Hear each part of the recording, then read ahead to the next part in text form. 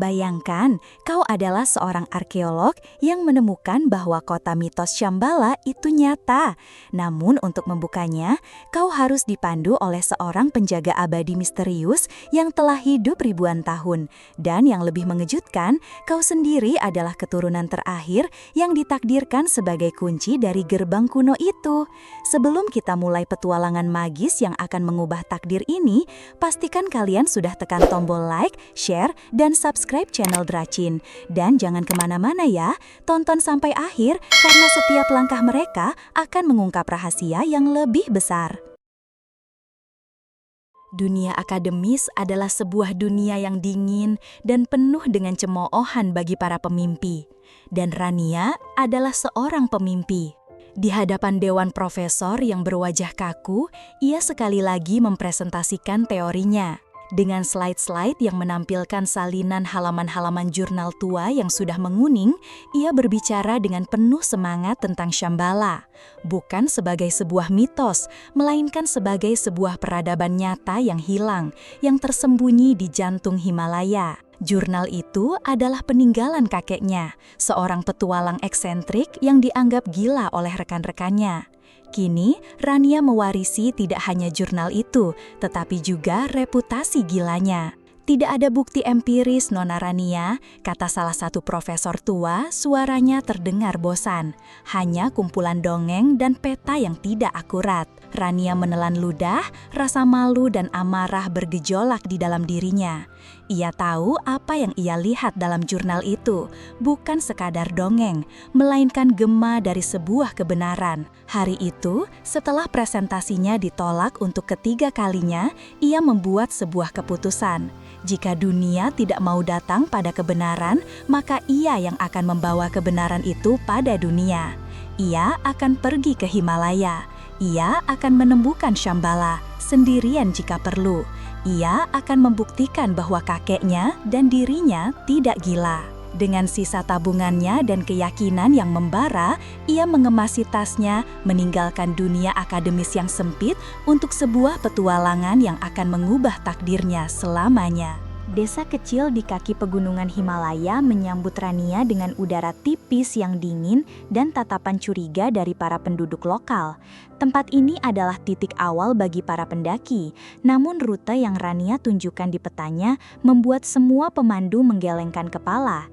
Jalur terlarang, kata mereka dalam bahasa setempat. Tempat para dewa tidur, tidak ada yang berani ke sana. Selama seminggu, Rania menemui jalan buntu. Tidak ada satupun pemandu yang mau mengantarnya, bahkan dengan bayaran 3 kali lipat. Ia hampir putus asa, berpikir bahwa perjalanannya akan berakhir bahkan sebelum dimulai. Saat itulah ia mendengar nama itu, diucapkan dengan nada berbisik dan penuh hormat di sebuah kedai teh. Leon, seorang pemandu yang tidak seperti yang lain. Ia tidak punya kantor, tidak punya tarif. Ia tinggal sendirian di sebuah gubuk di tepi hutan dan hanya akan memandu jika ia merasa perjalanannya layak. Rania menemukan gubuk itu dengan susah payah. Di depannya berdiri seorang pria yang seolah menyatu dengan alam liar di sekelilingnya. Leon sangat tampan, dengan postur tinggi tegap, rambut hitam panjang yang diikat sederhana, dan mata kelam yang menatapnya dengan ketenangan seekor serigala. Ia mendengarkan penjelasan Rania tentang Shambhala, tanpa menyela, tanpa menunjukkan ekspresi apapun. "Aku tidak tertarik pada harta karun atau dongeng," kata Leon dingin saat Rania selesai. "Pulanglah, Nona, gunung ini bukan tempat bermain." Namun, saat Rania dengan frustrasi menunjukkan jurnal kakeknya, menunjukkan sebuah simbol aneh yang digambar di halaman pertama, ekspresi Leon berubah. Hanya sepersekian detik, namun Rania melihatnya. Sebuah kilat keterkejutan, sebuah pengakuan. Setelah hening yang panjang, Leon akhirnya mengangguk. "Aku akan memandumu," katanya, "tapi dengan satu syarat. Kau harus mengikuti semua perintahku tanpa bertanya." Rania, yang tidak punya pilihan lain, menyetujuinya. Ia tidak tahu bahwa pria di hadapannya bukanlah sekedar pemandu. Ia adalah penjaga dari tempat yang Rania cari. Pendakian mereka dimulai. Medan Himalaya begitu kejam dan tak kenal ampun, jauh lebih berat dari yang pernah Rania bayangkan. Angin yang menusuk tulang, jalur setapak yang curam, dan udara yang semakin menipis. Namun, di tengah semua itu, Leon bergerak dengan keanggunan yang tidak wajar. Ia seolah tidak pernah lelah, napasnya tetap teratur, bahkan di ketinggian yang seharusnya membuat orang biasa terengah-engah. Ia membawa beban yang jauh lebih berat dari Rania, namun langkahnya selalu ringan. Kecurigaan pertama Rania mulai tumbuh. Leon tidak pernah melihat peta. Ia seolah memiliki peta itu terukir di dalam benaknya. Ia seringkali membawa Rania melewati jalur-jalur aneh yang tidak tercatat, menembus celah bebatuan, atau menyusuri tepian sungai kering yang tersembunyi. Jalan pintas, hanya itu penjelasannya. Suatu sore, saat mereka sedang beristirahat, Rania melihat Leon berdiri diam di tepi tebing, matanya terpejam, seolah sedang mendengarkan sesuatu. Angin akan berubah, katanya tiba-tiba. Kita harus segera mencari tempat berlindung. Rania tidak melihat perubahan apapun di langit, namun ia tetap mengikuti. Benar saja, 1 jam kemudian, badai salju kecil batang tiba-tiba. Insiden yang benar-benar membuka mata Rania terjadi di hari kelima. Saat mereka sedang melintasi sebuah lereng yang tertutup salju tebal, tanah di bawah kaki Rania tiba-tiba longsor. Ia menjerit saat tubuhnya meluncur turun menuju jurang yang dalam. Namun, sebelum ia sempat merasakan teror yang sesungguhnya, sebuah tangan yang luar biasa kuat mencengkeram lengannya, menghentikan lajunya seketika. Leon, yang entah bagaimana berhasil bergerak secepat kilat, kini berpegangan pada sebuah akar pohon dengan satu tangan, sementara tangan lainnya menahan seluruh berat tubuh Rania.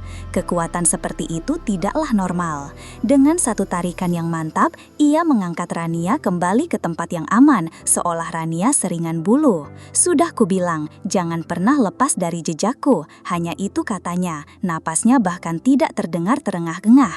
Rania menatapnya, jantungnya masih berdebar kencang karena takut, namun kini juga karena sebuah pertanyaan besar, siapa sebenarnya pria ini? Setelah 9 hari perjalanan yang melelahkan, mereka tiba di sebuah tempat yang tidak ada dalam jurnal kakek Rania. Sebuah biara kuno yang tersembunyi di sebuah lembah terpencil, terjepit di antara 2 puncak gunung yang menjulang tinggi. Tempat itu terasa begitu damai, seolah waktu tidak pernah menyentuhnya. Saat mereka masuk, para biksu berjubah merah safron menyambut mereka bukan dengan keterkejutan, melainkan dengan anggukan hormat yang aneh. Dan anggukan itu tidak ditujukan pada Rania, melainkan pada Leon. "Sang penjaga telah kembali," bisik salah satu biksu tua, sebuah kalimat yang membuat Rania semakin bingung. Leon hanya berbicara singkat dengan kepala biara dalam bahasa kuno yang tidak Rania mengerti, sebelum akhirnya mereka diizinkan untuk beristirahat. Saat Leon sedang berdiskusi, Rania menggunakan kesempatannya untuk menjelajahi biara itu. Di dalam sebuah aula utama yang remang-remang, ia menemukan sesuatu yang membuatnya menahan nafas. Sebuah relief batu raksasa yang terukir di seluruh dinding. Relief itu menceritakan sebuah kisah kuno, kisah tentang berdirinya sebuah kota suci di balik gunung, Shambhala. Ia melihat gambar para pendiri, dan kemudian ia melihat sebuah panel yang menggambarkan seorang prajurit perkasa yang berdiri di depan sebuah gerbang besar memegang tombak. Di bawahnya ada sebuah tulisan kuno. Rania mengeluarkan jurnal kakeknya. Simbol-simbol itu sama persis. Kakeknya telah berhasil menerjemahkannya. Dia yang menjaga gerbang, sang jiwa abadi, sang penjaga. Lalu matanya beralih ke panel berikutnya. Panel itu menggambarkan seorang wanita dengan mahkota bunga, tangannya terulur menyentuh gerbang yang sama. Dan di bawahnya ada tulisan lain. Dia yang memegang darah para pendiri, sang jiwa yang ditunggu, sang kunci. Penjaga dan kunci, konsep yang sama persis dengan yang ditulis oleh kakeknya. Logikanya sebagai seorang ilmuwan mencoba mencari penjelasan rasional. Ini pasti hanya legenda yang sama yang didengar oleh kakeknya dan para biksu ini. Namun saat ia menatap wajah prajurit yang terukir di batu itu, ia merasakan hawa dingin menjalari tulang punggungnya. Meskipun ukirannya sudah tua dan aus, garis rahang yang tegas dan postur tubuh yang tegap itu sangat mirip dengan Leon. Perjalanan mereka dari biara menjadi semakin berat. Mereka kini memasuki area yang benar-benar liar dan tak terjamah di ketinggian yang ekstrim. Udara semakin menipis dan suhu anjlok drastis. Rania, meskipun sudah mempersiapkan diri, mulai merasakan dampaknya. Setiap langkah terasa seperti mengangkat beban berat dan napasnya menjadi pendek-pendek. Leon sebaliknya tampak tidak terpengaruh sama sekali. Ia terus berjalan dengan ritme yang sama mantapnya, seolah sedang berjalan-jalan di taman. Badai itu datang tanpa peringatan. Langit yang tadinya biru cerah tiba-tiba berubah menjadi kelabu pekat. Angin menderu seperti raungan monster, membawa butiran-butiran salju tajam yang menyakiti wajah. Dalam sekejap, jarak pandang menjadi nol. Mereka terjebak dalam badai salju hebat di salah satu tempat paling berbahaya di muka bumi. Leon dengan cepat menarik Rania ke dalam sebuah ceruk gua kecil yang ia temukan, melindungi mereka dari amukan badai. Di dalam gua yang sempit dan gelap itu, suhu terasa membekukan. Rania mulai menggigil hebat, bibirnya membiru. Hipotermia mulai menyerangnya. Ia tahu ia dalam bahaya besar. Leon menatapnya dengan cemas. Ia mencoba menyalakan api, namun kayu yang mereka bawa sudah basah. Aku tidak kuat lagi, bisik Rania, kesadarannya mulai memudar. Leon membuat sebuah keputusan. Ia duduk di samping Rania dan menarik gadis itu ke dalam pelukannya, mencoba menghangatkannya dengan panas tubuhnya. Namun, itu tidak cukup. Rania semakin lemah. Dengan ragu, Leon meletakkan telapak tangannya di dada Rania. Rania merasakan sebuah kehangatan yang aneh mulai menjalar dari telapak tangan itu. Bukan kehangatan tubuh manusia biasa, melainkan sebuah energi murni yang terasa begitu kuat dan kuno. Matanya yang sayu terbuka sedikit, dan ia melihat sesuatu yang mustahil. Telapak tangan Leon memancarkan cahaya keemasan yang lembut. Rasa dingin di tubuhnya perlahan sirna, digantikan oleh kehangatan yang menenangkan. Apa itu? Bisik Rania, terlalu lemah untuk merasa takut. Leon menarik tangannya dengan cepat, cahaya itu lenyap. Ia tahu ia tidak bisa lagi bersembunyi. Rania, katanya dengan suara serius, ada hal-hal di dunia ini yang tidak bisa dijelaskan oleh bukumu. Rania, yang kini merasa lebih kuat, menatapnya dengan tatapan tajam. Aku tidak butuh penjelasan dari buku, aku butuh penjelasan darimu. Siapa kau sebenarnya, Leon? Konfrontasi itu tak terhindarkan, terjadi di tengah amukan badai di puncak dunia. Di dalam gua yang menjadi saksi bisu keajaiban kecil itu, diiringi oleh suara deru badai di luar, Leon akhirnya melepaskan topeng yang telah ia kenakan selama ini. Ia menatap Rania bukan lagi dengan tatapan seorang pemandu, melainkan dengan tatapan seorang makhluk kuno yang telah menyaksikan ribuan matahari terbit. Namaku bukan Leon, akunya pelan.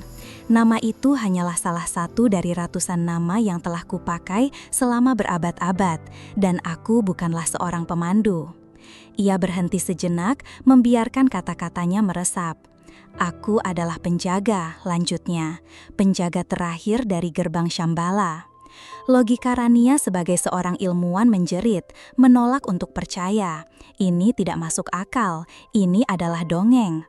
Namun, kehangatan aneh yang baru saja menyelamatkan nyawanya terasa begitu nyata. Penjaga abadi dari relief itu, bisiknya tak percaya. Leon mengangguk. Aku terikat oleh sebuah sumpah kuno untuk melindungi gerbang itu dari dunia luar, dari keserakahan manusia yang ingin mengeksploitasi kekuatannya. Ia menceritakan kisahnya, tentang bagaimana ia dulunya adalah seorang prajurit biasa, tentang bagaimana ia dipilih dan diberikan karunia atau kutukan keabadian. Ia menceritakan bagaimana ia telah menyaksikan kerajaan-kerajaan bangkit dan runtuh, bagaimana ia telah melihat teknologi manusia berkembar dari api menjadi listrik. Ia telah hidup dalam kesendirian yang tak berujung, menjalankan tugasnya dalam diam. Lalu kenapa kau membawaku ke sini? Tanya Rania, pikirannya masih mencoba memproses semua ini, jika tugasmu adalah menjaga semua orang keluar. Karena kau berbeda, jawab Leon, matanya menatap Rania dengan intens. Kakekmu, dia bukan sekedar peneliti. Dia adalah salah satu dari sedikit orang di dunia luar yang berhasil menemukan jejak kebenaran. Jurnalnya adalah karya paling akurat tentang Shambhala yang pernah kulihat. Saat aku tahu ada seseorang yang begitu dekat dengan rahasiaku, aku harus mendekatinya. Aku harus tahu apa niatmu. Rania terdiam. Jadi, perjalanan ini, semuanya bukanlah kebetulan. Semuanya adalah bagian dari misi sang penjaga. Jadi kau hanya mengujiku selama ini, tanyanya, sedikit rasa kecewa menyelinap di hatinya. Awalnya ya, aku Leon jujur. Tapi kemudian aku melihat sesuatu yang lain di dalam dirimu. Bukan hanya obsesi seorang arkeolog, melainkan sebuah panggilan. Seolah kau tidak sedang mencari sebuah tempat, melainkan sedang mencari jalan pulang. Setelah badai mereda, perjalanan mereka dilanjutkan dalam keheningan yang berbeda. Bukan lagi keheningan antara pemandu dan klien, melainkan keheningan yang dipenuhi oleh keajaiban dan ketidakpercayaan. Rania masih mencoba mencerna semua yang telah Leon katakan. Dunia yang ia kenal, yang dibangun di atas fakta dan logika, kini terasa begitu sempit. Setelah 2 hari perjalanan lagi, mereka akhirnya tiba di sebuah lembah tersembunyi yang tidak mungkin ditemukan oleh siapapun tanpa sengaja.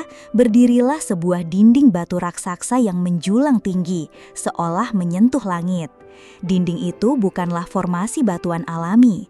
Permukaannya rata dan dipenuhi oleh ukiran-ukiran kuno yang rumit, yang memancarkan cahaya biru samar di bawah sinar matahari. Inilah dia, gerbang Shambhala, jauh lebih megah dan magis dari yang pernah Rania bayangkan. Jadi, bagaimana kita masuk? Tanya Rania, suaranya penuh kekaguman. Itulah masalahnya, jawab Leon. Aku tidak bisa, tugasku hanya menjaga dari luar. Gerbang ini disihir oleh sihir kuno. Ia tidak akan terbuka oleh kekuatan, hanya oleh darah. Ia kemudian menatap Rania dengan tatapan yang sangat serius. Hanya keturunan langsung dari pendiri Shambhala yang bisa membukanya, sang kunci. Rania menatapnya bingung. Lalu kenapa kita di sini? Kita tidak punya kuncinya. Aku tidak yakin tentang itu, kata Leon pelan. Selama ribuan tahun, aku hanya bertugas menjaga semua orang keluar. Tapi legenda juga menyebutkan bahwa suatu hari nanti, sang kunci akan kembali. Seorang jiwa yang membawa darah kuno, yang akan membangkitkan kembali kekuatan Shambhala. Ia melangkah mendekat.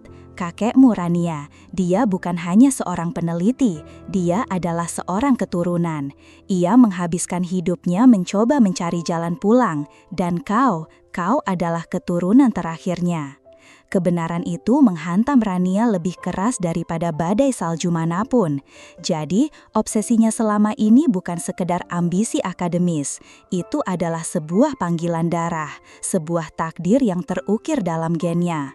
Aku adalah kuncinya, bisiknya, menatap tangannya sendiri seolah itu adalah benda asing. Aku meyakini itu, kata Leon. Misi sejatiku selama ini bukanlah untuk menghalangimu, melainkan untuk melindungimu dan membawamu ke sini, ke depan pintu rumahmu. Ia kemudian menunjuk ke sebuah simbol kecil di tengah gerbang, simbol yang sama persis dengan yang ada di jurnal kakeknya. Sekarang semuanya terserah padamu. Rania berdiri di hadapan gerbang batu raksasa itu, merasa begitu kecil dan tidak berarti. Seluruh hidupnya, semua yang ia yakini, kini bermuara pada satu momen ini. Ia menatap Leon yang berdiri beberapa langkah di belakangnya, memberinya ruang. Tatapan di mata pria abadi itu penuh dengan harapan dan sedikit kecemasan, sebuah emosi yang belum pernah Rania lihat sebelumnya. Ia sadar ini bukan hanya tentang misinya, ini juga tentang akhir dari kesendirian Leon yang panjang. Ia menarik napas dalam-dalam, mencoba menenangkan jantungnya yang berdebar kencang. Ia melangkah maju, mendekati dinding batu yang dingin itu. Ia mengulurkan tangannya yang gemetar menuju ke simbol di tengah gerbang. Ia tidak tahu apa yang harus ia lakukan, mantra apa yang harus ia ucapkan. Leon hanya berkata, niat yang tulus. Maka Rania memejamkan matanya. Ia tidak lagi berpikir sebagai seorang arkeolog. Ia berpikir sebagai seorang cucu yang ingin menghormati warisan kakeknya. Ia berpikir sebagai seorang keturunan yang ingin menemukan akarnya. Ia berpikir tentang rumah.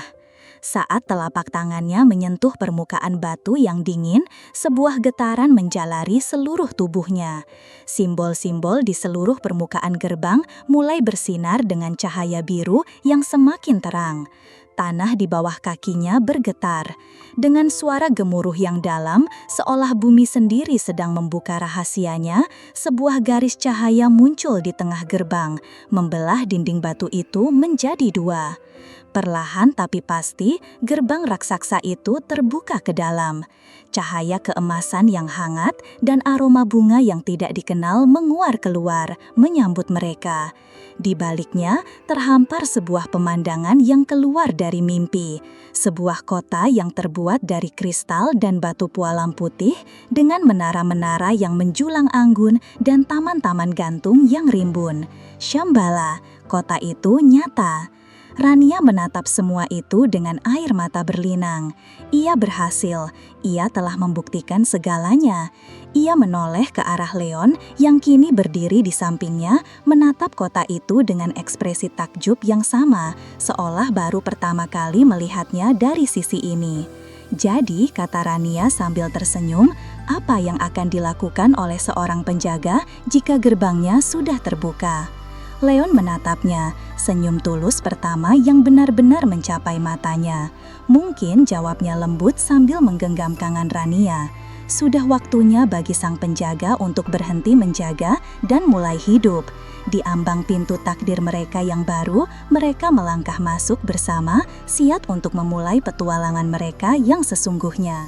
Dan begitulah akhir dari sebuah pencarian akademis yang ternyata adalah sebuah perjalanan pulang. Kisah Rania dan Leon mengajarkan kita bahwa terkadang takdir tertulis bukan di dalam buku, melainkan di dalam darah, dan cinta bisa menjadi hadiah terindah setelah ribuan tahun kesendirian. Terima kasih banyak sudah mengikuti petualangan magis mereka dari kaki gunung hingga gerbang Shambhala. Menurut kalian, momen mana yang paling mendebarkan? Saat Leon menunjukkan kekuatannya atau saat Rania akhirnya membuka gerbang? Tulis pendapat kalian di kolom komentar ya. Jangan lupa tinggalkan jejak dengan menekan tombol like jika kalian suka dengan akhir ceritanya, dan pastinya subscribe channel Dracin agar tidak ketinggalan legenda-legenda tak terduga lainnya. Sampai jumpa di cerita selanjutnya.